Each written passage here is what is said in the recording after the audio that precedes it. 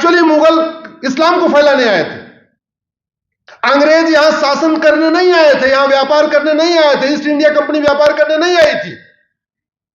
अंग्रेज यहां पे क्रिश्चियनिटी को फैलाने आए थे। शासन तो उनके लिए एक माध्यम था, क्योंकि सत्ता हासिल करके कन्वर्जन करना आसान होता है। तो धर्मांतरण वेजिंग वॉर है, वेजिंग वॉर की धारा है। वेजिंग वॉर में आजीवन कारावास, फांसी होता है, लेकिन वेजिंग वॉर में कहीं लिखा ही नहीं कि धर्मांतरण वेजिंग वॉर है। धर्मांतरण से बड़ा देशद्रोह क्या हो सकता है? अरे जो जननी जन्मभूमि से स्वर्गादप गरियसी को मानते हैं, जो लोग वसुधैव कुटुंबकम को मानते हैं, जो नारी तू नारायणी को मानते हैं, जो सर्वमंगल मांगल्य को मानते हैं, जो सबका साथ सबका विकास को मानते हैं, उनको एक ऐसे रिलीजन में ले आके खड़ा कर देना जो संविधान के बिल्कुल खिलाफ है। संविधान कहता है इक्वलिटी प्रियम्बल में, वो मजहब कहता है सब एक समान नहीं है। संविधान कहता है फ्रेटर्निटी, वो कह रहा है नहीं, सबसे भाईचारा नहीं हो सकता। संविधान कहता है यूनिटी, नेशनल इंटीग्रेशन, वो कह रहा है ना, वंदे मातरम हराम है। संविधान आर्टिकल 25 फ्रीडम ऑफ रिलीजन देता है, फ्रीडम ऑफ कन्वर्जन नहीं देता। और पूरी जिम्मेदारी के साथ कह रहा हूं, क्योंकि मुझे पता है ये हमारा वीडियो 2 दिन 3 दिन के अंदर हाई कोर्ट के जज, सुप्रीम कोर्ट जज तक पहुंच जाएगा। आर्टिकल 25 भारत के सारे माननीय जज अच्छी तरीके समझ लें। Article 25 subject to public order, health and morality है। जो लोग लॉ के स्टूडेंट होंगे उनको पता होगा। उसमें लिखा हुआ है freedom of religion subject to public order. आपको वहीं तक अपने पंथ को मानने की आजादी है जिससे पब्लिक ऑर्डर डिस्टर्ब ना हो। Freedom of religion subject to health, आपको वहीं तक मानने की आजादी है दूसरों का स्वास्थ्य खराब ना हो। आपको वहीं तक फ्रीडम ऑफ रिलीजन है जहां तक मोरल हो, इमोरल नहीं। झूठ बोल के, धोखा दे के, लालच दे के, पहचान छुपा के धर्मांतरण कराना ये इमोरल है। इसलिए संविधान का आर्टिकल 25 फ्रीडम ऑफ रिलीजन तो देता है, फ्रीडम ऑफ कन्वर्जन नहीं देता। और वैसे भी रिलीजन और धर्म में जमीन आसमान का अंतर है।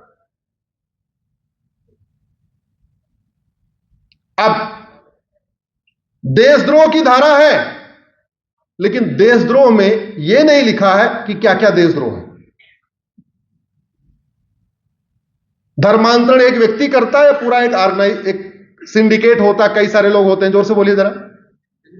सिंडिकेट होता है, कोई पैसा देता है, कोई जगह देता है, कोई लिटरेचर देता है, कोई मटेरियल देता है, कोई पहचान छुपाने के लिए कर देता है। कुछ तो ऐसे भी हैं जो जिनके पास बाइक वाइक नहीं होती तो उनको बाइक उपलब्ध करा देते हैं, उनको अच्छे कपड़े उपलब्ध करा देते हैं। फटीचर टाइप के लोगों को अच्छे अच्छे कपड़े भी मिल जाते हैं।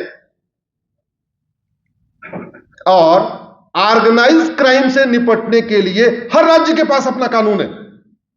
आपके महाराष्ट्र के पास मकोका है, गुजरात के पास गुजकोका है, यूपी के पास गैंगस्टर एक्ट है, बिहार के पास अपना अलग गुंडा एक्ट है। सभी राज्यों के पास ऑर्गेनाइज क्राइम से निपटने के लिए अपना अपना कानून है। लेकिन आज तक आपके राज्य में किसी भी धर्मांतरण कराने वाले मिशनरी, जिहादी या उसके मददगार पे मकोका लगा ही नहीं। क्यों? क्योंकि मकोका में हमने डिफाइन ही नहीं किया कि धर्मांतरण भी एक ऑर्गेनाइज क्राइम।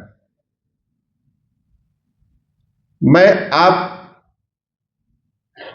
आज छत्रपति शिवाजी महाराज की धरती से, भगवान त्र्यंबकेश्वर की पवित्र भूमि से आपके सामने पूरी कॉन्फिडेंस के साथ कह रहा हूं, महाराष्ट्र की सरकार धर्मांतरण कराने वाले मिशनरियों, जिहादियों और उनके मददगारों पे 5 कानून लगाए, एनसे लगाए, यूएपीए लगाए, वेजिंग वॉर लगाए, देशद्रोह लगाए और मकोका लगाए। अगर 1 महीने के अंदर आपके महाराष्ट्र में धर्मांतरण न बंद हो जाए, मैं आजीवन सार्वजनिक जीवन में मुंह नहीं दिखाऊंगा।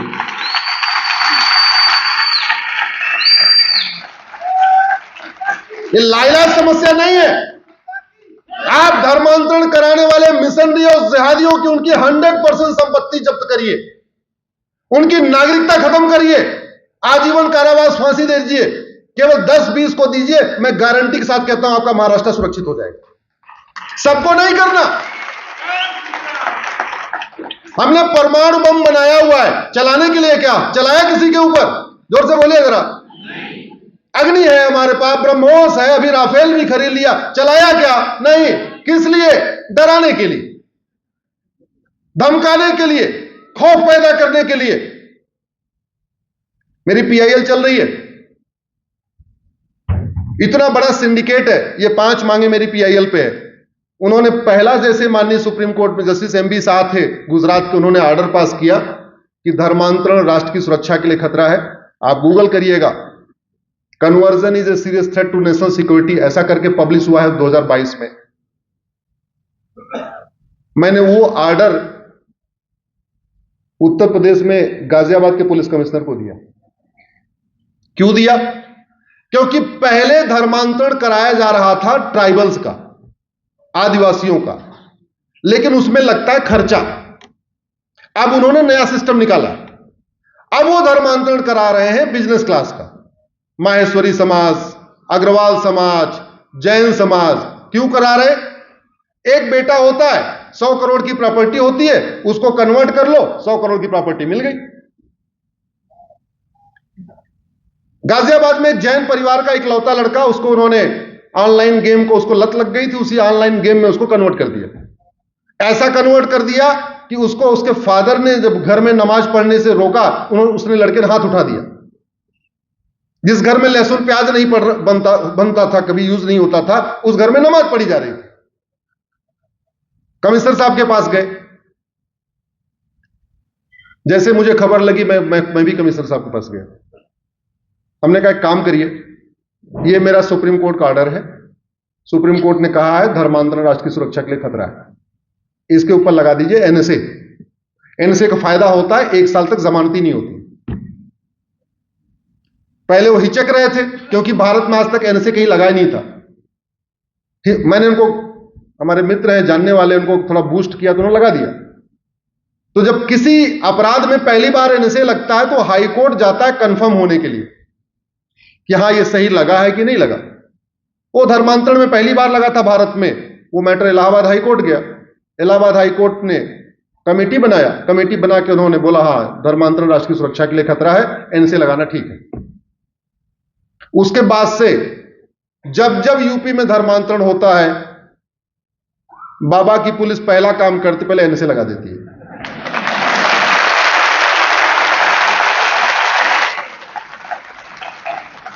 एक साल जेल, अब बाकी देखा जाएगा।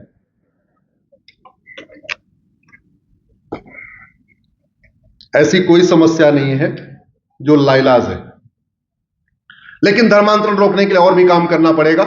धर्मांतरण रोकने के लिए कांग्रेस ने 2010 में कानून बनाया था एफसीआरए, उसको खत्म करना पड़ेगा क्योंकि इससे मिशनरियों को बहुत बड़ी फंडिंग आ रही है। धर्मांतरण रोकने के लिए बैंक के जरिए बहुत फंडिंग आ रही है, उस पर एक मैंने पीएल फाइल किया, यूनिफॉर्म बैंकिंग कोड, 50,000 करोड़ हर साल फंडिंग आ रही है। दुर्भाग्यवश आरबीआई को भनक नहीं उसकी, आरबीआई तो छोड़िए वित्त मंत्रालय को उसकी भनक नहीं।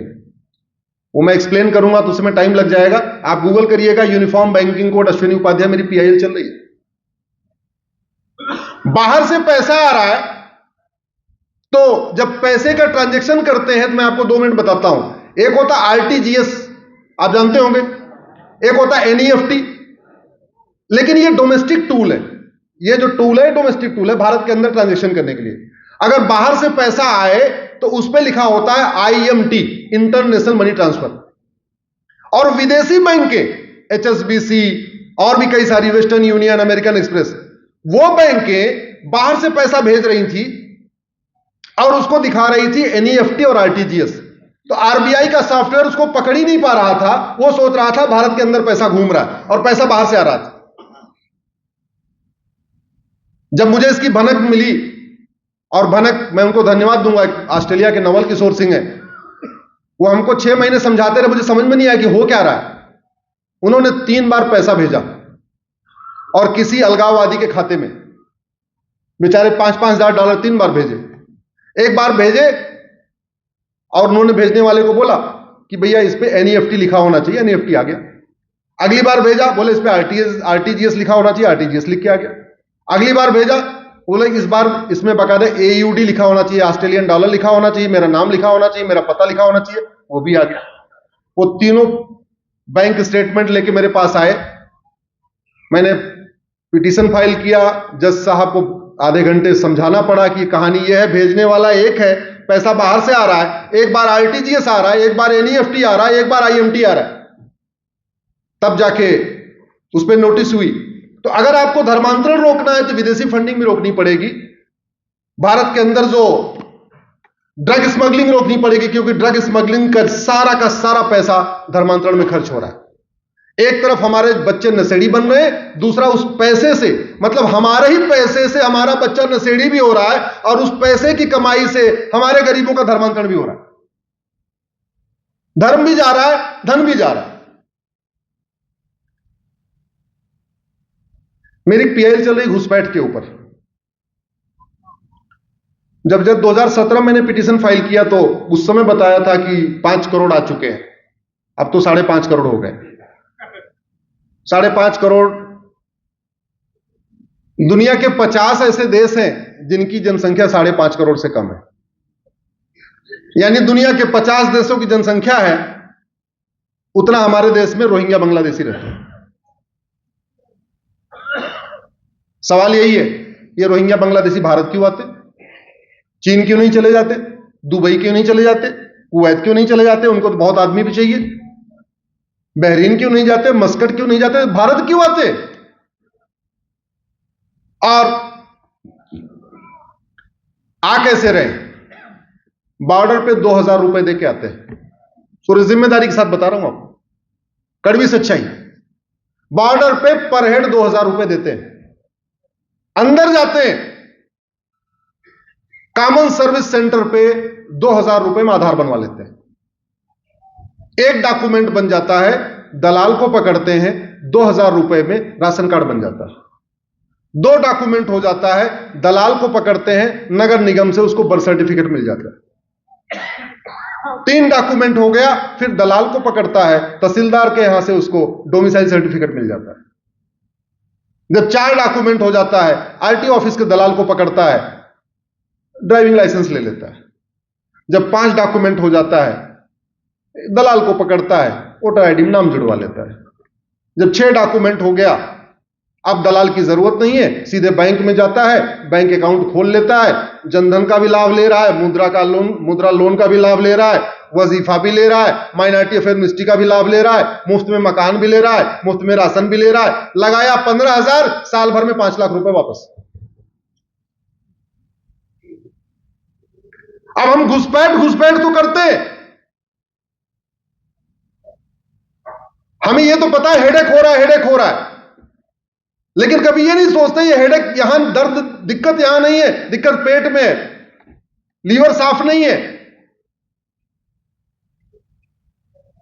जब तक भ्रष्टाचार को देशद्रोह घोषित नहीं किया जाएगा, जब तक फर्जी डॉक्यूमेंट बनाने वालों को 10 से 20 साल की सजा के लिए कानून नहीं बनेगा, तब तक फर्जी डॉक्यूमेंट, जब घूसखोरी नहीं रुकेगी, और जब तक घूसखोरी नहीं रुकेगी तब तक घुसपैठ नहीं रुकेगी।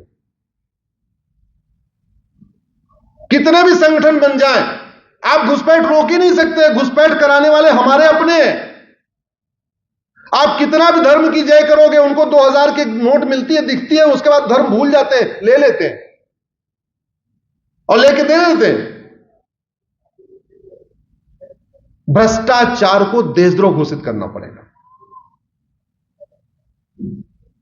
भाई, फर्जी डॉक्यूमेंट बनाने के लिए 10 से 20 साल की सजा का कानून बनाइए। जहां आधार बनता है वहां एक बड़े से अक्षरों में लिखा रहे, फर्जी आधार बनाना, फर्जी आधार बनवाना गंभीर अपराध है, पकड़े जाने पे 10 से 20 साल सजा होगी। कोई बनाने जाएगा क्या और कोई बना के देगा क्या? नहीं। जहां जहां RTO ऑफिस है, लिख दीजिए फर्जी DL बनवाना, फर्जी DL बनाना, दोनों सीरियस क्राइम है, पकड़े जाने पे 10 से 20 साल सजा होगी। जहां जहां राशन कार्ड बनता है, बड़े बड़े अक्षरों में लिख दीजिए, फर्जी राशन कार्ड बनवाना गंभीर अपराध है, पकड़े जाने पे दोनों को 10 से 20 साल सजा होगी। न कोई बनवाने जाएगा, न कोई बनाएगा। जहां जहां ड्राइविंग लाइसेंस बनता है, वहां नोटिस लगा दीजिए। अल्टीमेटली पहले जो अल्ट्रासाउंड होता था, जहां प्रेगनेंसी की टेस्टिंग होती थी, वहां नोटिस नहीं होती थी। आज की डेट में नोटिस लग गया ना वहां पे कि लिंग परीक्षण कराना गंभीर अपराध है, पकड़े जाने पे 3 से 7 साल सजा होगी। पहले से कुछ कम हुआ कि नहीं? टेस्ट कराना कम हुआ कि नहीं? अगर कोई अल्ट्रासोनिक वाला इसके हो डॉक्टर होंगे, उनको पता होगा, कम हो गया। अब डॉक्टर को भी खौफ है, अरे मैंने अगर टेस्ट कर दिया, पकड़ में आ गया, 7 साल सजा जाएगी, काहे लिए यार, 2-4 हजार रुपए की बात है, छोड़ो ना, हमें नहीं चाहिए पैसा भैया, हम टेस्ट नहीं करेंगे।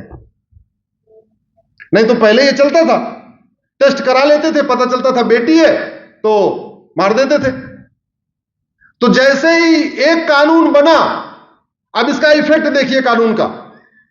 जैसे ही लिंग परीक्षण कराना गंभीर अपराध बना, लिंग परीक्षण बंद हुआ, लिंग परीक्षण बंद हुआ, बेटियों की हत्या बंद हुई, तो जो रेशियो था 850 और 1000 का, वो बढ़ के 930 और 1000 हो गया।